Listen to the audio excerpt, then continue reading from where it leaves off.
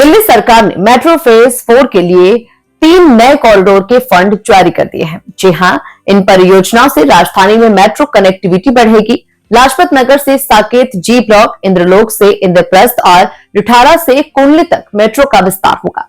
इन corridor से यात्रियों को बेहतर सुविधा मिलेगी और सड़कों का ट्रैफिक भी कम होगा। दिल्ली की मुख्यमंत्री श्रीमती रेखा गुप्ता के नेतृत्व में दिल्ली सरकार ने राजधानी में मेट्रो नेटवर्क को और आगे बढ़ाने के लिए अहम निर्णय लिया है। सरकार ने Delhi metro rail transit system यानी MRTS के फेज 4 के बचे हुए 3 कॉरिडोर्स के लिए अपने हिस्से का फंड जारी कर दिया है। मुख्यमंत्री श्रीमती रेखा गुप्ता का कहना है कि इन परियोजनाओं से दिल्ली के विभिन्न क्षेत्रों को बेहतर मेट्रो कनेक्टिविटी मिलेगी और सार्वजनिक परिवहन व्यवस्था को और मजबूत किया जा सकेगा। इस कॉरिडोर के 4 वर्ष में पूरा होने की संभावना बताई गई है।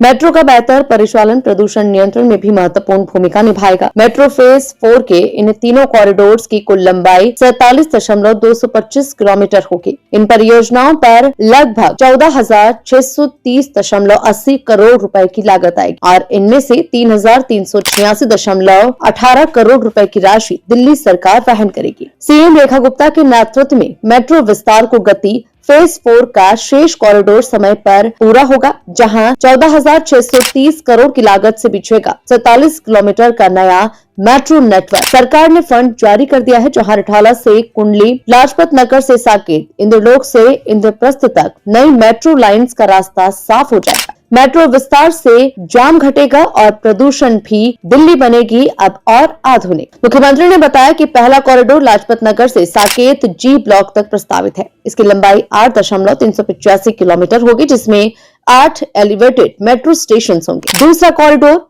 इंद्रलोक से इंद्रप्रस्थ तक प्रस्तावित है, जिसकी लंबाई 12.377 किलोमीटर है। इस लाइन पर एक एलिवेटेड और 9 अंडरग्राउंड समेत कुल 10 मेट्रो स्टेशन होंगे। इस कॉरिडोर को लाजपत नगर साकेत जी ब्लॉक कॉरिडोर के साथ संयुक्त वित्तीय ढांचे में शामिल किया गया है। इन दोनों कॉरिडोर्स की संयुक्त परियोजना लागत 8,399.81 करोड़ रुपए है, जिनमें से दिल्ली सरकार का अंश 1,987.86 करोड़ रुपए होगा। तीसरा और सबसे लंबा कॉरिडोर रिठाड़ा से कुंडली तक प्रस्तावित है।